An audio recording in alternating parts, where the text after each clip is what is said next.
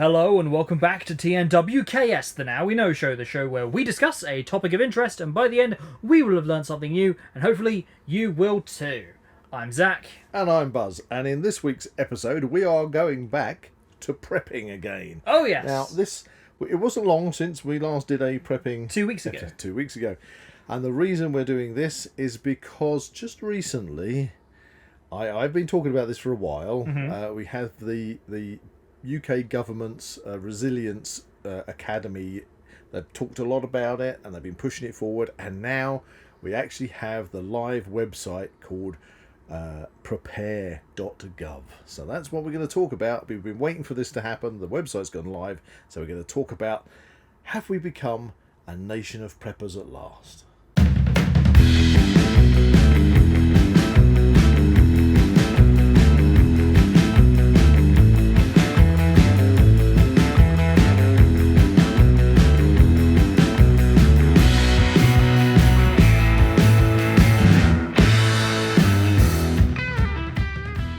If you enjoy the Now We Know Show podcast, support Zak Wylde Productions on Patreon or join our members on YouTube for early access, ad-free content and exclusive episodes.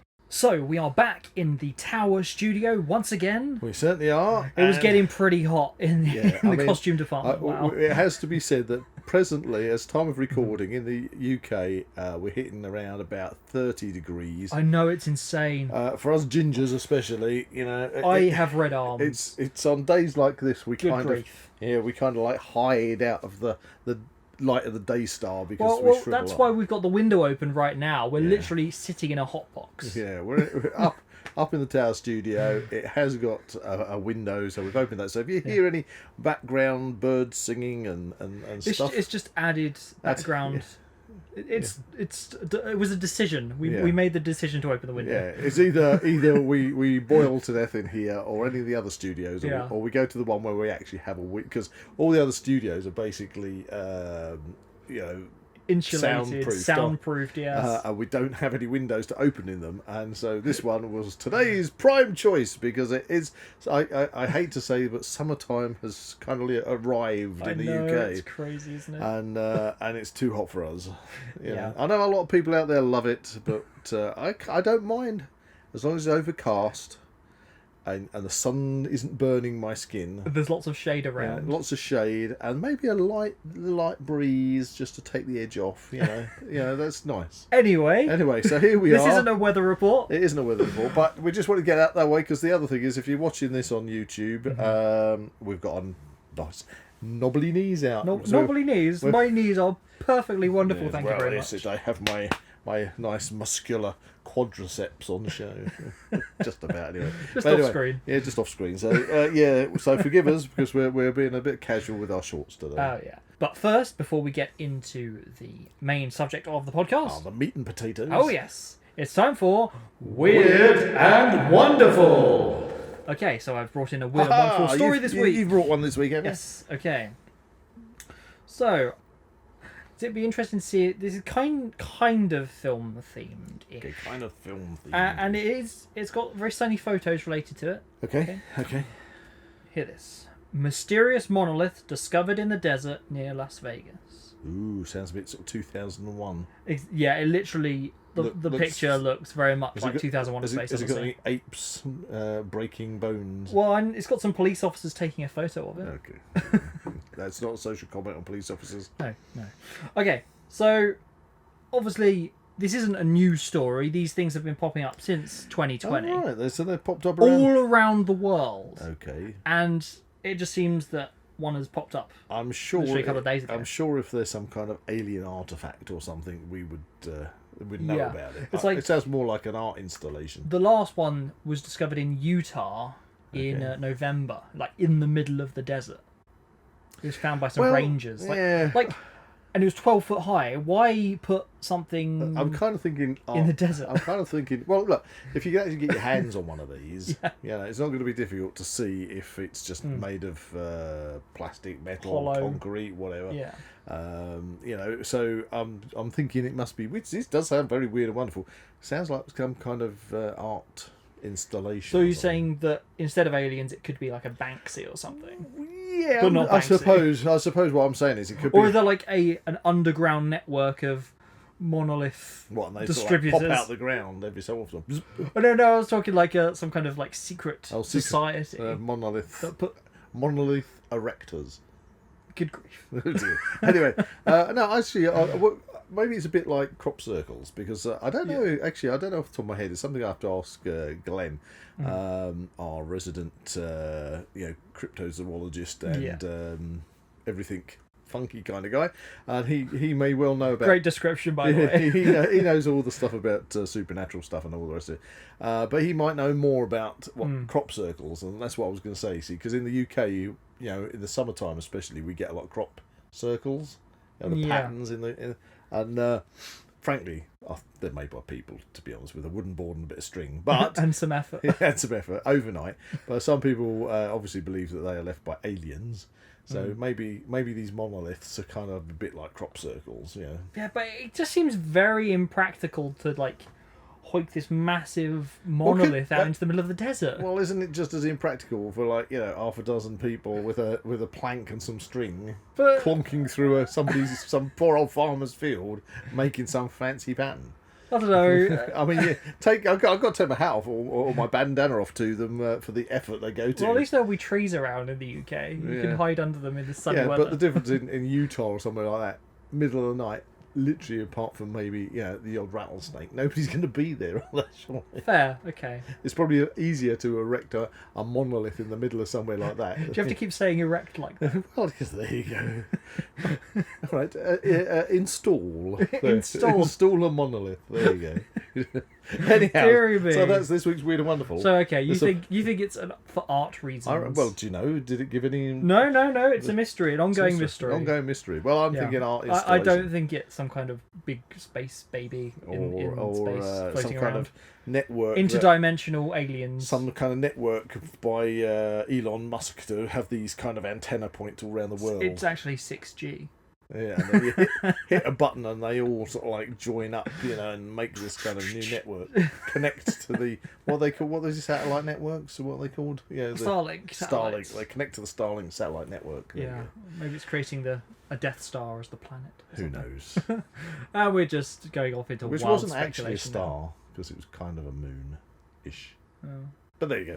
Honestly, Death Moon doesn't sound as good, does it? Death Moon. I don't know, that's a good name for a band. Okay, Death Moon, yeah. Here is introducing Death Moon! Death Moon and asteroids. Oh dear. You get some cream for that. Anyhow. Let's get on to the subject of the podcast now, shall we? Yeah, we go. I've got some notes, you've made some notes. Yeah, I've got a good list of questions for you here. Oh, crikey. You're flapping your questions about at me. Okie dokie. Okay. So hit me with it, Zach. Hit me with it. So we're talking about the prepare.gov website that's recently been launched. We are. So, meat and potatoes. Okay. What is the Prepare website? It is a website on the internet. No. Wow. We're learning loads of stuff on this podcast. Okay. So let's go back a little bit. This is linking obviously to our other prepper episodes. Yeah. So let's go back a little bit. Yeah. Okay. I discovered, maybe a year, 2 years ago, that local authorities across the UK, I think there's 38 local authorities, have what they call a resilience forums. Yeah. Okay, and these bring together the emergency services and volunteers and everything in these different authorities. So if there's an emergency, that they can call upon. Everybody can. Interact with each other and make. It's a community, isn't it? Yeah, it's a community, but it's a way of making sure that if there is an emergency, everybody can stay in touch that has to obviously suddenly mobilise to deal with that emergency. Okay, so you've got these resilience forums, and if you look on these 38 local authorities, like for our one is Mid-Beds in Bedfordshire, then it gives you all this information about, grab bags, making preparations to protect your house, your important documentation, all these things. These things that has been in the consensus of preppers for many years. So if you're a seasoned prepper, so if there's any preppers, this isn't new. Yeah, this isn't new for somebody called a prepper. or considers themselves a prepper. But for Joe Blogs, it is. Yeah, for your everyday citizens, they probably don't think about those things. Because, to be fair, and I have to be fair, we in the UK live in a very although some people would probably take umbrage with this, but compared to a huge amount of places in the world, we live in a very, very safe, secure, and you might even say boring society, because really not a lot happens. You know? I mean, obviously you get the... And a lot of people take that for granted. Yeah, take it for granted. Because it's a very safe we live in a place. very safe environment, and people might take umbrage, but let's face it, we don't have, like, in America with the mass gun shootings and stuff. Yes, we do have the odd shooting, and we do have stabbings, we have violence on but the everywhere streets, does. But everywhere does. But in the UK, considering our police force still walk around, although we have armed response teams, but our police force are not armed, and generally when it comes to managing protest marches and things, the worst thing that happens is people will damage the odd statue or throw some paint up the front of a university, or just recently, I think it's a Stop Oil or whatever they're called, chucking orange paint over Stonehenge, which is very naughty. That is and it's very stupid. How can you get anyone to even respect you? Nobody's going to respect people. What did Stonehenge do? And nobody's going to respect any protesters that do crappy stuff like that. Like that heritage sites. That loses them support. Yeah, it's much like well, it wasn't for an agenda or anything, but that silly person who cut down Sycamore Gap. Oh god, that was just for a TikTok stunt or something, wasn't it? Good God. I mean, yeah, what's people coming to? But anyway, before we go off, keeping it on track. Keeping it on track. So you've got these 38 authorities that have this resilience forum, and you can look it up, find it in your own, authority wherever you are. But that wasn't really about prepping. It was just about being resilient to emergencies such as flooding, wildfires, things that might happen. Was this the in the early days? Was this kind of avoiding that word prep?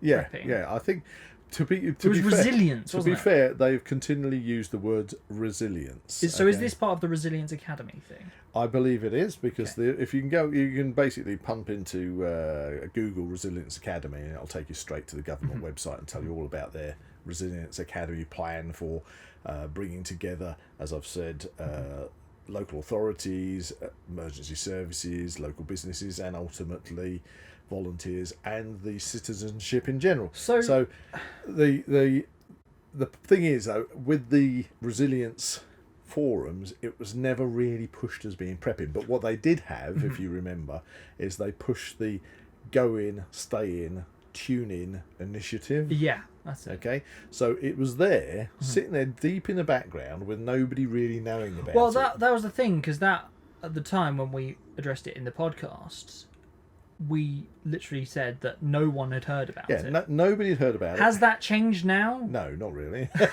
Okay, so not very many people had heard about it at all. Maybe I'll address that a bit in a moment, but not many people had heard about it, and moreover, and I don't want to focus on this part too much, because I think we're going to come back and do another more in-depth podcast on this, because I need to send a few emails to a local authority and find out about this. But it was the whole go in, stay in, tune in initiative. Because that, if you do a search on the internet, very quickly, go bang it into YouTube or whatever, you'll get public service films coming up, which are American based. And I think a lot of this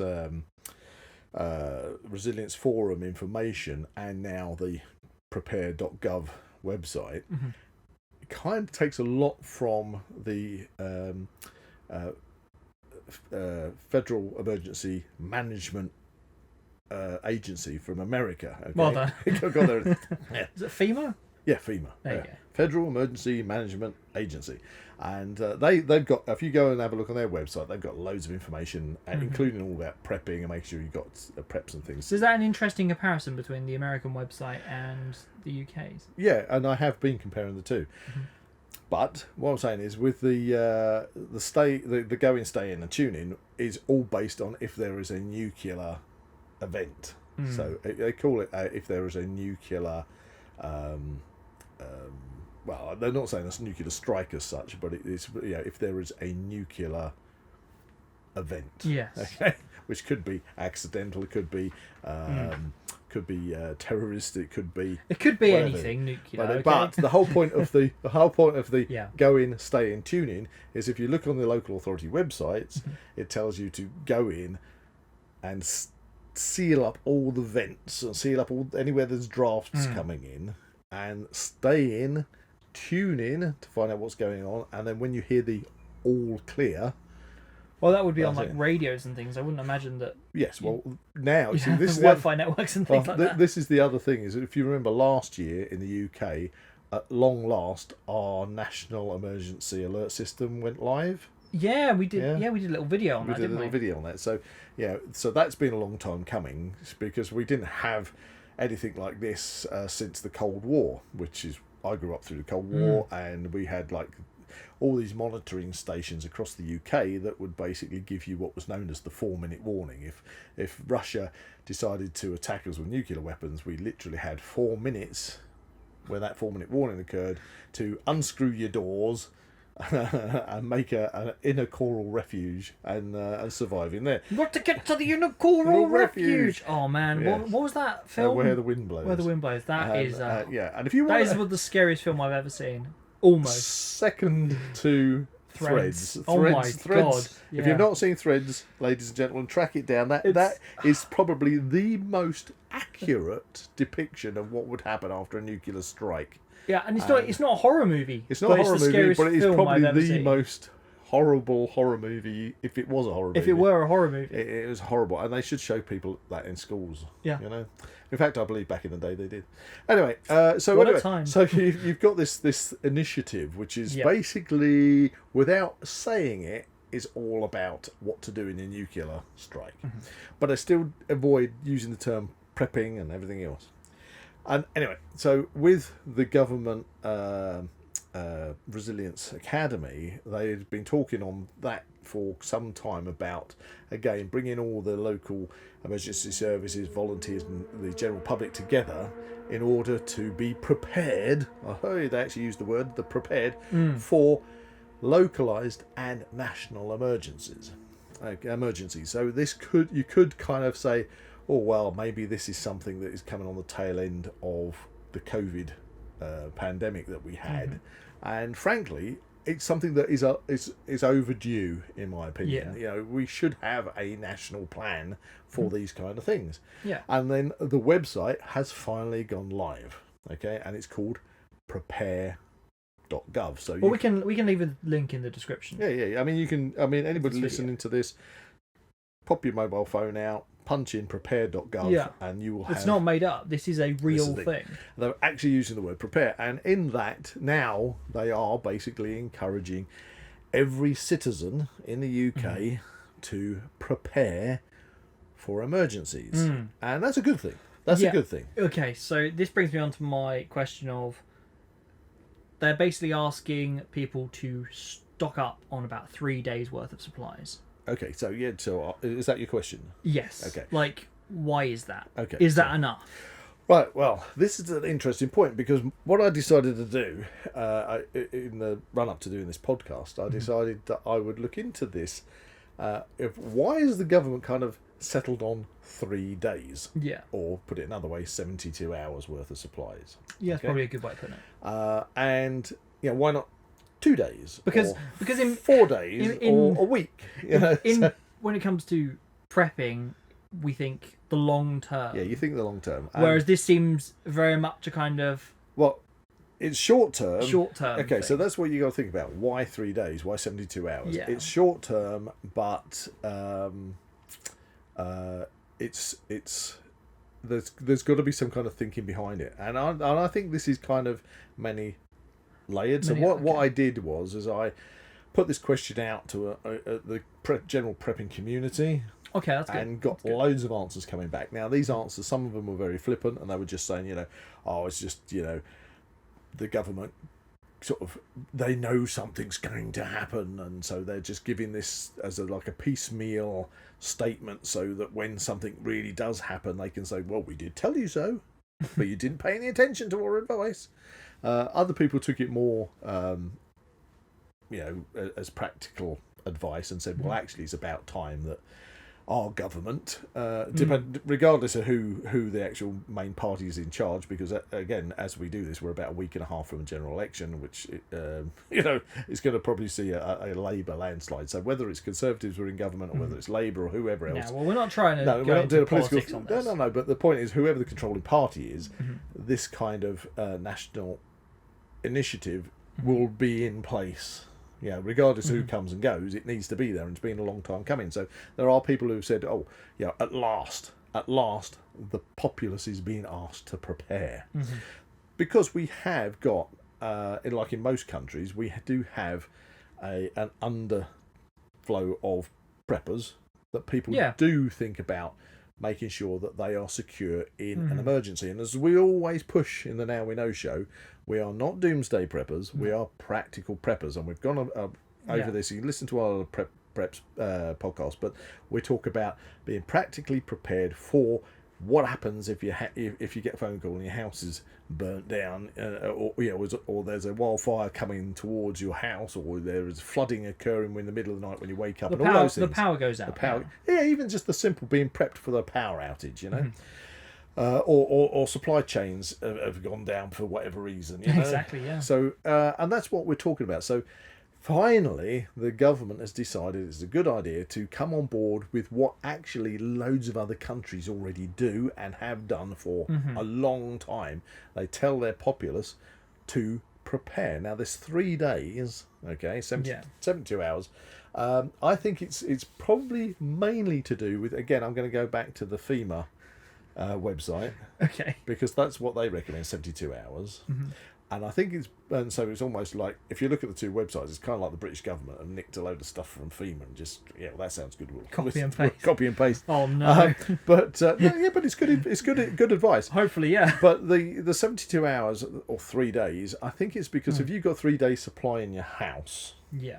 And those of you listening, don't forget, when it says 3 days, it's not 3 days for you as an individual. It's you've got to think about how many people live in your house. Yeah, it's so per. You've got to have 3 days per individual. So if you've got adults, you've got children, you've got babies, you're going to alter those preps depending on the individual. So for example, they would say 3 days non-perishable foods, so you can keep that long term. Okay. 3 days. Are we talking MREs in this sense? No. Or just simple tin food? No. They recommend non-perishable tin food generally, or you can have dry stuff which you can keep. You can even transfer it from packaging that you buy at the supermarket and stick it into Mylar bags or whatever. But you don't have to do that. You don't have especially for 3 day timescale. No, but if you've got 3 days that you never use, you've got to still work into that okay, so 12 months from now I need to rotate those stocks. Stock rotations, yeah. Stock rotation, even on that. But you've got 3 days of food per person and 3 days of water, and the recommendation on that on the Prepare website is that obviously 2 litres per person drinking water a day, minimum, but up to 10 litres of water per person per day. So for other stuff, like because cooking and you've got cooking, hygiene. For example, if there was a water supply problem and you can't flush your toilet, you might need water.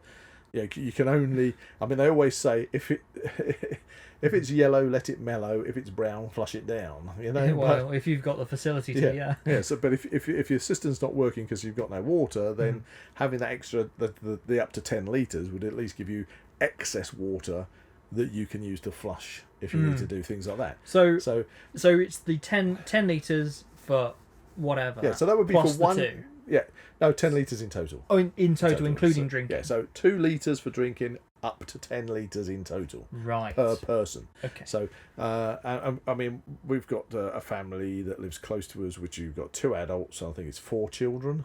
So there you go. So there you've got 6 individuals that you need. Therefore, that's like 60. If you're going for 10 litres, that's 60 litres of water. Yeah. Per day. Well, per day. Yeah. So that's 3 days. So that would be 180 litres of water. Well, I don't imagine them storing that at all. That's a big storage problem. That's a good point. And we're gonna, how do you store that? Okay, that's a good point. If you're living like a flat or something. And this is part of what I was saying about the whole 3-day thing. So if you're talking 180 litres of water plus 3 days worth of six lots of food for 3 days, yeah. So you have a storage issue. Yeah. Right. So again, I initially feel, to answer your question, it's 72 hours or 3 days is probably been factored in as being the optimum amount of supplies you need in an emergency before your local emergency services might get to you and establish distribution points for food and fresh water. Yeah, right. They might get to you earlier than that, but hopefully 3 days you're not going to be left for That'll see you by. Exactly. Now, but you bring up that other interesting factor as well. Even with 3 days, that's a lot of storage space. Well, just in the instance of our people that live near us, that there is 6 people in that house. That is a lot of water to have to store. Yes, a lot of water to have to store and a lot of food to have to store. Yeah. And so you've got to factor that storage space into your home. Exactly. Or into, and this is the thing, don't go immediately thinking about, we should maybe think about doing a podcast on water prep and food prep, but don't go around just saying, oh, I'll chuck it all in the attic space, or I'll go and put it out in the shed outdoors, because food goes off if it's not stored correctly. If it gets hot, cans can expand, things can go off. If it's out in an outbuilding, rats and things can get at it. All sorts of things. All sorts of things could happen to it. It might be if you went and said, "Oh, the only place I've got to store it, I'm lucky enough to have a house with a garden. I'll stick it in the shed down the garden," and then you have a flood, and it's all. Your investment's gone. Your investment's gone. Depending on whereabouts you are. So, for example, say you're in a high floods risk zone, those stores you may well from a practical perspective, say, well, if I'm going to have 3 day stores, I want to get them upstairs, above any potential flood level. Yeah. So you've got to obviously that's kind of the personal customisation of prepping, isn't it? So 3 days, I think, because of the emergency services getting to you. 3 days, because anything more than 3 days for most people would seem just a ridiculous amount of storage space and everything else. Okay. And 3 days because affordability. Yeah, right. I think you're asking, the government are asking the general public to suddenly, everybody. So this is every single person in the country. If you're meant to have, each man, woman, child, baby, whatever, to have 3 days worth of food and water supplies. Calculate that over 70 million people. Yeah, that's a lot of stock, and not everybody in a cost of living crisis at the moment can afford to just walk out and get 3 days worth of stuff. Well, a lot of people live days to day. Well, that is one of the things we've discussed before. Again, we live in that 24/7 society where a lot of people don't even bother stocking food just to eat normally. Yeah, people will just buy in a takeaway. They might have a few bits in the cupboard in the fridge, but generally they're going to work. They're having their lunch out, or their place of work supplies lunch. So exactly. They get up in the morning, they have their breakfast, or they grab something at the coffee shop on the way into work. They eat at work. They come home. They might grab something for an evening meal on the way home, because they've got a long commute and they hardly have anything in the house. So we've got all sorts of different practical things you've got to look at depending on who you are, what your needs are, where you live, what accommodation you're in. So 3 days is kind of a target that I think that is achievable. It's achievable for most people. Okay. Obviously, if you've got more people in your household, then that's more space and more cost involved in getting to that 3 day peak. If you're just one person in a house, then obviously it's more achievable. And again, in previous podcasts, we have discussed about, what if you are on a limited budget? And we've talked about, every time you do a shop, get that extra tin of beans. Yeah, it doesn't have to break the bank. It doesn't have to break the bank if you do it progressively. Okay. Then it can get you out of the situation. So that's why I think we've got the 3 day preps is what's being recommended. Well, do you reckon there's kind of any expansion on that it could become like a suggestion to prep more, or do you reckon that it's just going to be that. Well, yeah, I think the thing is when it comes to prepping, if you're a seasoned prepper, and there are a lot of seasoned preppers, and we're not talking doomsday preppers, but there are a lot of people that prep because, I mean, we prep and we have a certain amount of food storage, we have a certain amount of water storage, but we get around our water storage issue as well because we have water filters, etc. So you don't necessarily have to store the water, because if you're taking water which is a runoff, for example, into the correct storage bins, like taking rainwater and things, and then using the correct water filter systems, you can filter that out and it becomes perfectly drinkable. Or you can then, if you want to go further and boil it as well, you can do that. So you can cut down how much water storage you need by simply employing water filters in your that does depend on the situation you find yourself in, because if it is this nuclear kind of fallout, then that is not really going to be a feasible option because you can't filter out radiation. No, but that's when you would need. The thing is, radiation and fallout. Fallout is like that horrible sound. I mean, it does make a sound, but that from those good old Cold War public information films, it was a horrible sound. People that are listening may remember it, or may wonder what the hell I'm going on about, but the old Protect and Survive public information films, which I have shown you, and they have this horrible sound for the fallout. But fallout dust it coats things, it lands on things. But if you've got water in containers, what's inside the container is actually protected from the fallout, ideally, but you want it to have. But you don't want it to be contaminated before that point. No, you don't want to contaminate it before that. But what we're talking about is by suddenly introducing this whole mindset of prepping, to a country that hasn't done that before. The thing is, by embracing a culture of preparedness and learning from what other countries have experienced, the idea is that UK households can mitigate the impact of emergencies, you see, and obviously build resilience for the future in doing that. So it's a good thing. And I say lots of other countries already do this and have done it for years. Some countries, obviously, it's a necessity because of either climate, severe climate things that occur, where you've got tornadoes, and monsoons, and all these sorts of things. Volcanic eruptions, all sorts of things. I mean, so how does this differ in other countries? Right. Is there a comparison there? Oh, there's loads. Let me refer to my notes. Okay. I mean, considering all these questions, you've answered a lot of them. Yeah. Okay, so a case study I was looking at which is Sweden. Okay, so Scandinavian countries, they're always known for their harsh winters and have long practiced emergency food preparedness. So they have a strong sense of social responsibility and emphasis on sustainability in these countries, because they have, especially in the more northerly Scandinavian countries, you get literally 6 months of darkness, and so you don't know when you're going to get snowed in. And these nations encourage households to store non-perishable food items such as canned fish, whole grains, and a whole plethora of things to make sure that they get through those periods where they might be snowed in and just literally can't get any supplies through. Emergency services can't get supplies through and things like that, you see. So Sweden's Civil Contingencies Agency sends out brochures to households detailing essential items. So they're sending out these brochures to their citizens detailing emergency items and the best way to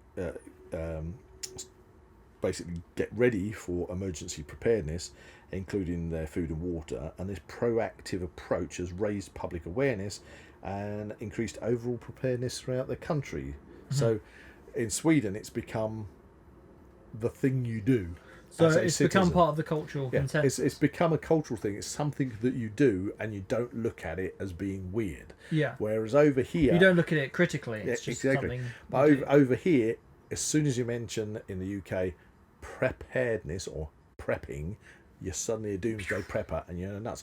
I've got family members myself that when I speak to them, they almost treat me like it's all right, everything will be fine. Don't worry about it. It's like I'm kind of some kind of nutcase and some kind of and actually it's always been like that until recently, when I've actually turned around and said, now the government is actually asking the whole country, every single individual, to be prepared. So therefore, the difference is now you're not considered mad. Yeah, exactly. And well, technically, for me, I was in a kind of a state.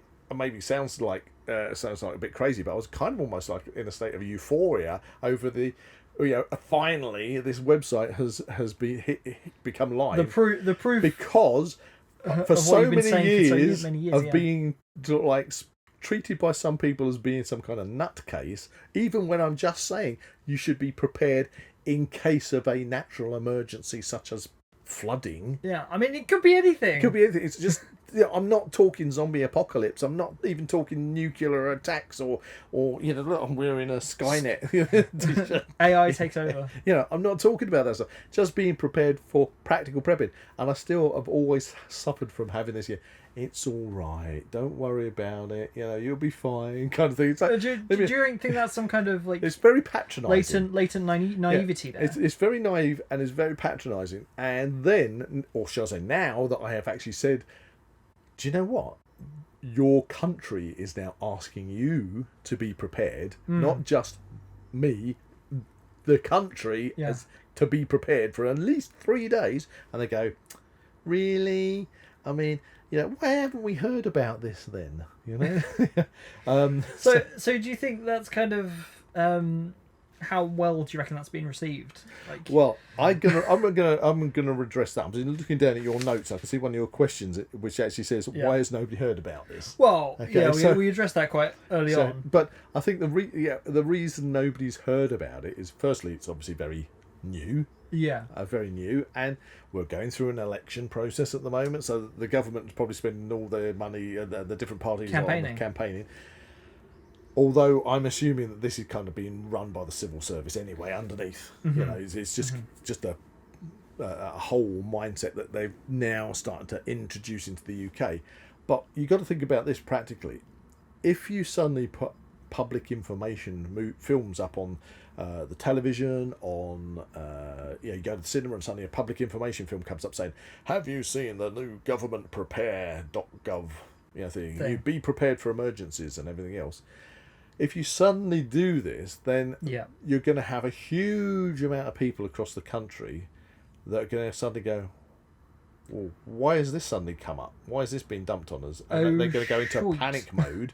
And instead of everybody's going, it's just going to be the toilet roll crisis all over again. Toilet roll and pasta crisis all over again, because people are going to rush out and try and get these panic supplies buying, because they think the government is trying to tell them that we're imminently facing some kind of European land war or nuclear strikes or whoever knows what. No.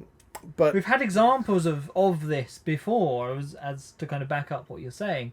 We've had obviously the toilet roll, the petrol. Oh god, the petrol. That was it. COVID, a massive one. The petrol one was well. The toilet roll was obviously to do with the pandemic, but the petrol one was just because I think it was 2 petrol stations down in the West Country ran out of fuel. Yeah. And suddenly the whole country was like, everybody's running out of fuel, quick! And everybody went and filled up their cars, the countrywide. And it would have been fine if everyone just got on as normal. If everybody just got on as normal, we wouldn't have had that situation. But I remember I was desperately driving around trying to find fuel because we're trying to work. Yeah. And people were stockpiling fuel. So that, again, would probably be another reason why it hasn't been publicly broadcast. And so you've got to ask yourself, well, how do I know about it? Well, I know about it because I keep my ear to the ground in these kind of things, and I want to be informed, and it's a joy to me to hear that my country is actually starting to follow on the footsteps of other countries to be prepared for both minor, no emergencies minor, but small localized emergencies that you might find yourself in, as well as just in case a large national emergency. If everybody in the UK followed these guidelines and everybody had 3 days supply, then when you suddenly hit that lockdown situation from pandemic, technically you wouldn't have had all those people rushing out and stockpiling all the toilet roll, would you? So I think it's something that is going to slowly edge its way into pervade through society. I dare say public consciousness. Certain newspapers are going to pick up on it. certain whispers are gonna media centres are going to pick up on it, and it will sort of start to come through. At the moment, everybody's focusing on the election, so it'll start to pervade through, and hopefully one day become the norm. Yeah. Yeah. So it's kind of annoying in that sense that it's almost being dampened down by like the whole election thing. Yeah, but I think perhaps there's reasons. Maybe that was why the website was released now. Went live now. Right. I think it went live around about the 23rd of May. Okay. And we're now let's have a look. We are now 26th. So a month, 4 weeks ago. So yeah, it was all relatively new. Anyway, so carry on with your question. Okay. Another question. What is the best way to organise and look after your preps? It's very broad. Yeah, we briefly addressed that. The thing is to make sure that you set some room for them. It could be the bottom of your wardrobe. You want somewhere which the temperature can be maintained. Cooler the better. Yeah. Some people do have basements and things. If you are in a flat, then obviously you've not got a lot of choice. You might just say, well, okay, I've got the coolest place is the bottom of your wardrobe in the dark or under the bed or somewhere like that. And you can keep them you need that regulated temperature, so nothing's getting too hot, too cold. And if for example you're going to say, I'm a single adult, I'm going to get in 10 litres of water. You drink water anyway, so just to get 10 litres in and start drinking it and just keep topping it up. So that's what you mean. You're always going to have the 10 litres. It's that cycle, isn't it? No more, no less. There are a lot of people in the UK that don't like drinking tap water, even though the UK's tap water is probably some of the safest tap water in the whole world. But people still choose to filter that. So. Anyway, so another question here. We've talked about other countries. You've mentioned Sweden. What's the difference between prepping in Europe and China? Oh, that's a good question. Prepping in Europe and China, right? It's mainly, I would say, down to transportation. Go on. Okay. So in Europe, we, and again the UK, we don't produce enough food and supplies for our population. Okay, we're a very small island. Our population has exploded. So now we're topping, I think it's around 70 million people in the country. I mean, there's 10 million people that live in Greater London itself. It's a crazy amount of intense, amount of, the conurbation where people live. Is so dense. Dense. Thank you very much. So dense. And so what we do is we're continually importing food to sustain our population. So that relies on supply chains. Yeah, and that would be the same across Europe. So your supply chains, and if the supply chain, I think, it was a couple of months, or it might have been the end of last year, there was a ship that got stuck in the Suez Canal. Yeah. And suddenly that caused a blockage, which meant that, almost overnight, supermarket shelves were starting to get depleted because you don't realise how many thousands of tons of food are consumed on a daily basis. It's stuff that's taken for granted. So when you want food, you go to the shop and get it. So you rely on that. So when you get a kink in that transportation, then you suddenly notice, where's the food coming from? You're suddenly noticing that certain items in aisles are going. Especially on a global scale now. And obviously talking about the conflicts that we have at the moment, because obviously with Russia invading Ukraine, that caused a huge issue with because the Ukraine is like the breadbasket of the world. So that meant that grain wasn't getting out of Ukraine at the time. People in Africa were suffering because they weren't, their main supply was Ukraine. In Africa, they've got a saying bread is life, and they just weren't getting the grain to make the bread. And all these kind of things. So if you get that transportation network gets messed about, and that's kind of what the Houthi rebels are doing at the moment. They're attacking shipping, and the Americans and British, and there might be other nations involved to trying to protect the shipping. A lot of shipping has diverted around the South Africa to come up with, which I think adds about 3,000 miles on their journeys, and increases the cost of the food because they've got to have the cost of the transportation. However, if you look at somewhere like China, possibly Russia as well, their food networks, everything that people eat doesn't usually travel more than 100 miles to get to them. So what you're saying there is they have more kind of self-sustaining. They're far more self-sustaining. Societies. Yeah, so when you've got less reliant on when that, something that you need chain. is only coming in 100 miles, transportation to you within your country, you got no problem. You don't necessarily have to think about prolonged prepping, but if you're in a country which literally survives on a knife edge day by day of its supply chains, if those supply chains get cut, then you have huge problems in those countries. Somewhere like China, not so much. There you go. Okie dokie. Just trying to think of some questions that we haven't been answering. What have we got here? It's quite okay. So the Conservatives have suggested in their manifesto that they will bring back conscription in the UK. How does that compare with other European countries at the moment? Right, so conscription. Now that's interesting you should bring that up, and I'm assuming that you brought that up because of the connection between prepping for emergencies and the potential of a wider conflict, perhaps. Well, we brought up Ukraine, and we've been talking about other countries here, so yeah, let's bring it back home. Bring it back home. So when it comes to conscription, now, okay, so we've found, and I'm at the Now We Know show, we're not into conspiracy theories. Okay, No. we always say that. We're trying to steer clear of politics as well. Trying to be honest. steer clear of all sorts. But of things, it is a question. It is a question.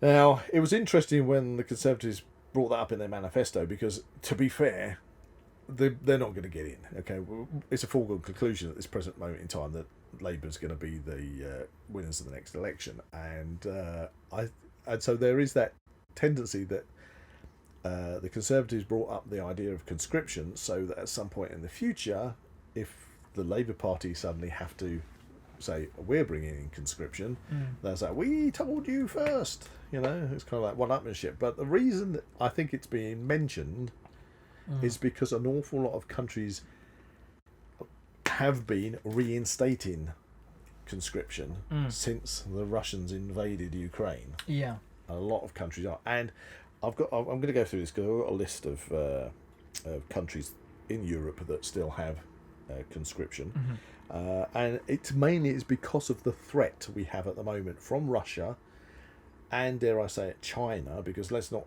forget that I think China, they annexed off Taiwan, didn't they, a few months ago? It was like a practice invasion or something. Oh yeah, I'm trying to think. I was mad. Have you got your phone on yet? Yeah.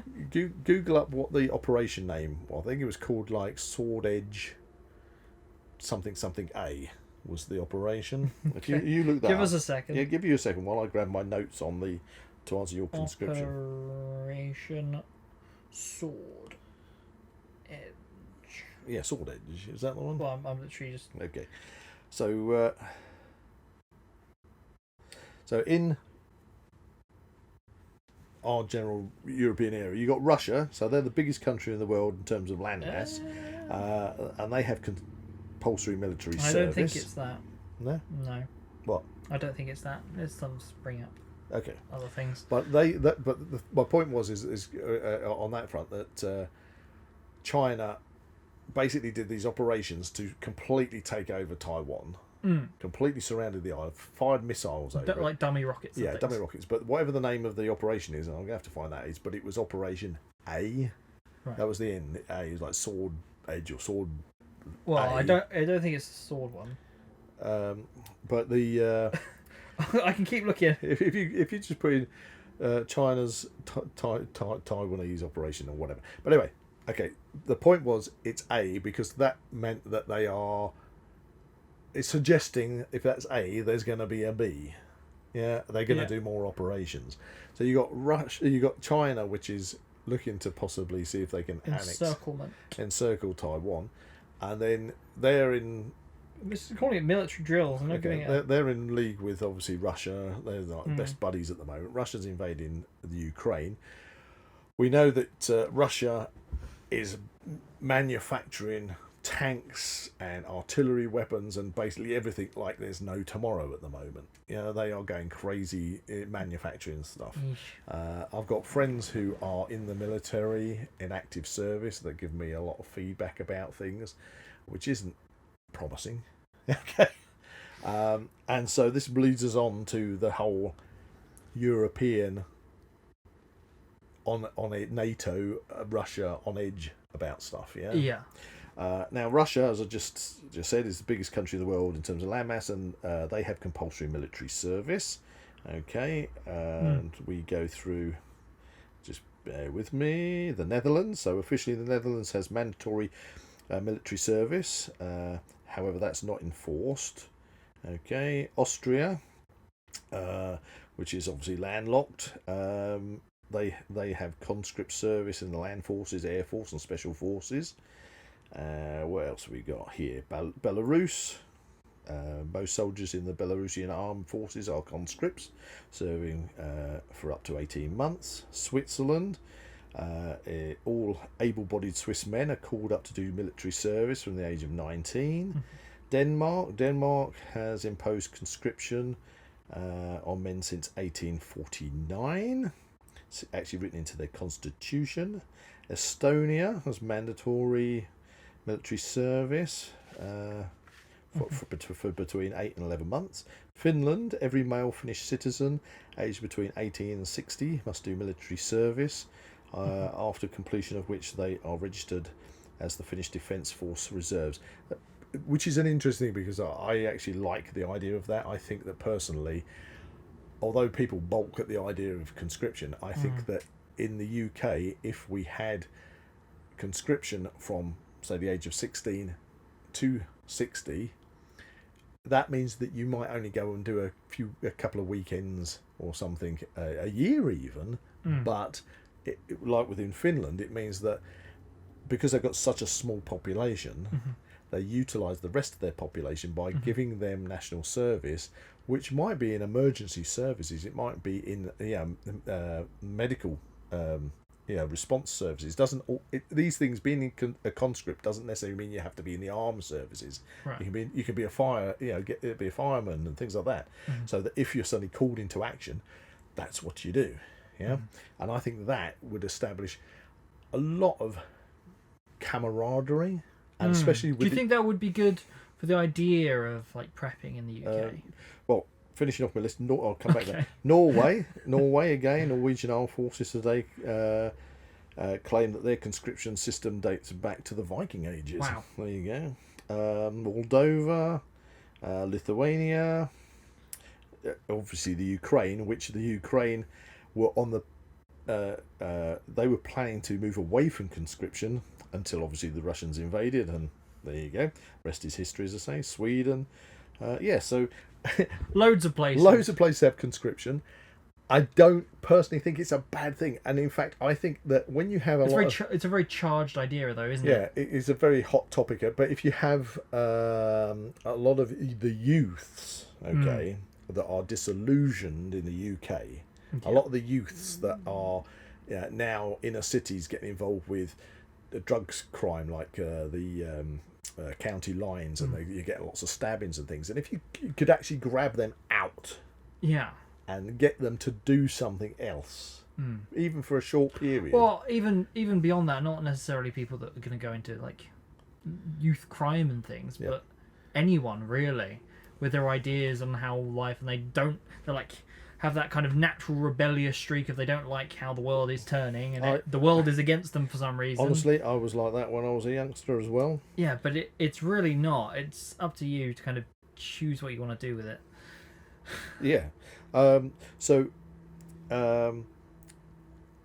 Having the mention of conscription, I think, is something that, because of all these other countries have it, and a lot of countries in this sense, we are the odd ones out. Yeah, and a lot of countries have re-established it, that I think that there's just that murmuring in the UK that if things turn for the worst in Europe, that it'd be very interesting to see the actual, if it did become a thing, how it would be received. There would be a lot of like hit back against it, I reckon.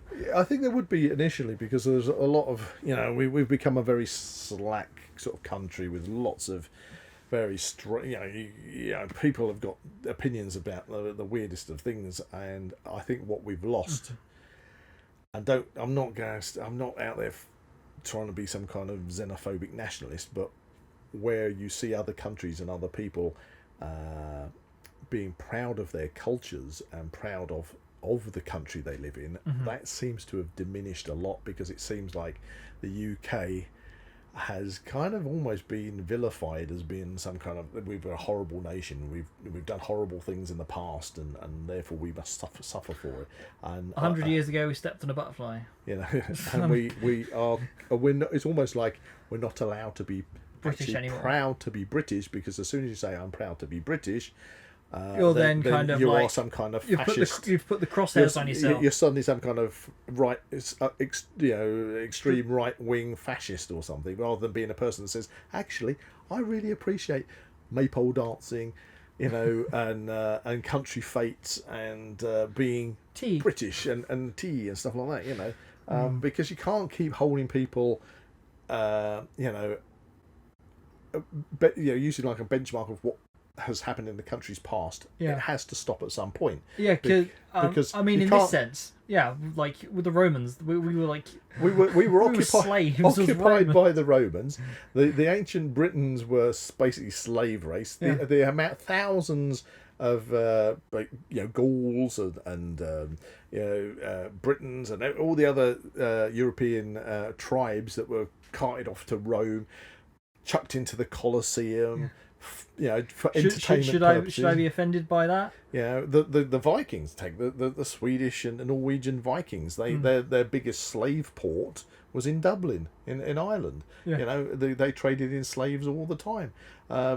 So slavery and all these things have occurred. So when you see somebody, where's the line? What I'm saying is, when you see somebody in Bristol, or people in Bristol ripping down a statue because it offends them because of the slave trade, and I don't get into a political thing about that, but this is a symbol of slavery, then why are we not going to say Rome and saying, right, we want tear down the Colosseum, Italy to give us all an apology for enslaving us, and let's knock the Colosseum down, because obviously that was a centre for putting slaves to the sword and making them get eaten by wild animals and all this, etc. So you have to, at some point in a society, in a logical society, say, okay, that's history. We learn from history. Mustn't be forgotten. But you got to call it a day. In that sense, tearing it down, being offended by stuff, getting rid of it, basically censoring these things that have happened in the past,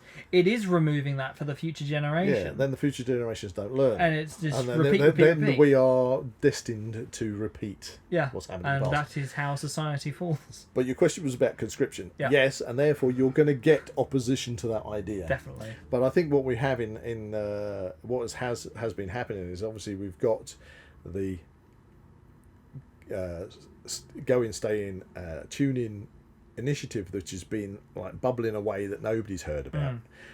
The new Prepare website is actually attached. You can go to the website and then from there link to your local authority, those 38 local authorities' websites, and read up all about that stuff. Just kind of acts like a hub then. It acts like a hub, and you've got obviously, there's that murmur of conscription, there's murmur of troubles in the world. I think this is all the whole reason for this is because there is a potential for more than just maybe the outbreak of another pandemic or extreme weather conditions or something. Again, I'm not going down the conspiracy theory route with this, and I'm not trying to be alarmist or anything. What we're trying to say is, yes, at last we're getting some practical, positive advice that I think every citizen in the UK should follow, rather than regardless of the situation. Rather than poo-pooing it, look at all the other European countries. Look at it objectively. I mean, take Switzerland, for example. Switzerland is a country where, until recently, every single house that was built in Switzerland had to have a bunker. Yeah. Okay, and it had to have a supplied bunker, so you have all your supplies, and they'd send a government official round to basically tick box that you've got it all in place. Switzerland, even now, with their emergency alert system, means that the whole population of Switzerland, if there was a national emergency, they could all get to a bunker wherever they are. They could basically bunker the whole of their population. Nowadays, I believe it's not mandatory to have bunkers in properties, and from reading into it, it would seem that a lot of places have now, where they've got houses and they've got this bunker space, they're changing them into games rooms and things like that, but they still have a bunker. Yeah. And because it is so deep rooted in the society that they still see a good reason to have supplies and to be prepared. And I think that's what we need to do in the UK. We need to establish that. We are now just getting that tiniest in the past month. Although not many people have heard about it, and it does actually say on the website to spread the word. So that's what we're doing here today. It is the first little step on the ladder to getting the UK and its citizenship to actually be practical preppers. Yeah. So do you think, out of the things that have happened recently, like the pandemic, war in Ukraine, do you reckon this has kind of brought this into the public eye, made people aware of it in order to kind of enforce this idea? No. No, I think a lot of people are still pushing it away. I think people are either very, very they're in their own little bubbles, blinkered to change, and even after the pandemic, call it a fiasco if you like, but the pandemic, I mean, it cannot be questioned. Thousands of people died from COVID because thousands of people had really bad adverse reactions to it, whereas other people were just going, I've had a bit of a cold, like it's nothing, Well, if you're one of those people whose immune system was literally eating away your own internal organs because it's gone bonkers, you're not going to say it's just a bit of a cold. So, but the people that go, it's just I don't know why I'm in lockdown, this is silly, then they're going to, they have, now we're out of lockdown, that's the past. Don't even think about it. So they're not even interested in thinking about what if it happened again. Well, that's the thing. It wasn't that long ago that we were all wandering around with masks on. Exactly. Now now whether you did or whether you begrudged that and hated it, whether you're one of these people saying masks did work, masks didn't work, blah, not interested in that. The point is, if you'd all had those preps, you wouldn't have had all those shops being stripped out. Okay? If an emergency occurred that was unforeseen, and the government alert system suddenly pings saying, we've got this issue that suddenly occurred, can you please all, duck and cover, you've got something. Somewhere. So being prepared is nothing other than what our grandparents used to do. You had a larder which was stocked. I've said this before. Back in the day, people didn't keep dumping like they do these days, supermarkets and everything, on a daily basis, just dumping tons upon tons of perfectly edible food. Or people... For the slightest thing. People going into... A dented box. Come on. Dented box, can't sell that. Right, in the rubbish. People who have bought food and it says, the best before date was yesterday, I can't eat that, so I'll throw it in the bin. Well... things like that. So even... saying that, literally, like if it's going to go out of date, maybe the day, maybe 2 days after, it's still stuff that's returned. I'm a 60s and 70s child, so I grew up with none of the best befores, none of the eat buys. You smelled the meat, you looked at the meat, you cut the mould off the cheese. You looked at the bread and you went, the top bit of the bread's gone mouldy, but everything else underneath now we live is in fine. A society of we're going to blame everything except ourselves. Everything's got to be... I can't live without somebody else holding my hand and telling me that this is what I should do. Because what I should eat, this is okay. Because otherwise I've got to blame somebody else for it. So being prepared and being practically prepared, like this website is trying to do, is a good thing. And at last, I'm hoping the tide's going to change and people are going to stop looking at preppers as being kind of like these loonies that certain documentary makers make out. I'm going to definitely find the loony ones and do a documentary on preppers because, like, these people are looking really mad. Ooh, when the space aliens invade, or the zombies, or whatever disaster that, like, you had Doomsday Preppers, the actual TV series. Doomsday Preppers. I think remember it was on that Netflix or something, and it was very much, it kind of felt like that was the vibe. They emphasised on getting the craziest people, or if they weren't technically crazy, they kind of wanted to portray them as being crazy, you know. Yeah. And so anyway, so this is actually practical advice. I think anybody listening to this, please go and click on the Prepare Gov website and actually take some steps. Think about it. It's not a bad thing, okay? Yeah. Be prepared. I noticed this last one. Okay. Last question. So, are we now a nation of preppers? Okay, that is a good question because, again, to round this podcast off, I put that question up on Preppers Forums. I said, now that the government are technically saying being a prepper is no longer a dirty word in the UK, now that the government are asking every single citizen in the UK to have some preps. Does that mean everybody is a prepper? And I got a lot of massive varying feedback because sometimes they say, no, you're only a prepper if you're prepping for the long term. 3 days prep doesn't make you a prepper. And I had to come back to that and say, well, you all start at some point. You all make the decision at some point.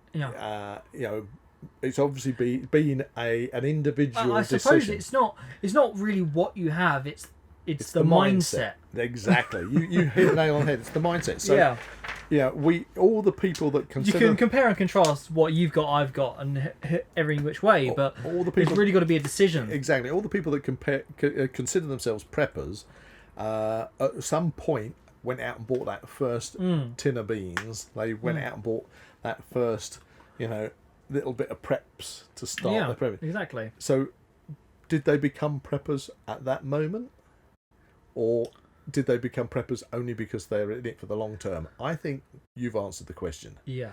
It's once you start turning the public mind to people thinking about it becoming just part of your everyday lifestyle, it becomes a mindset. Yeah. That's when you have a nation of preppers. So we're far from being a nation of preppers, but we're a couple of rungs up the ladder. The couple of runs up the ladder, and I think we are just started to say prepping is normal, prepping is good. Yeah, that's what we want to do. We want to normalise it. Yeah, it's a normal thing to be a practical prepper. Exactly. There you go.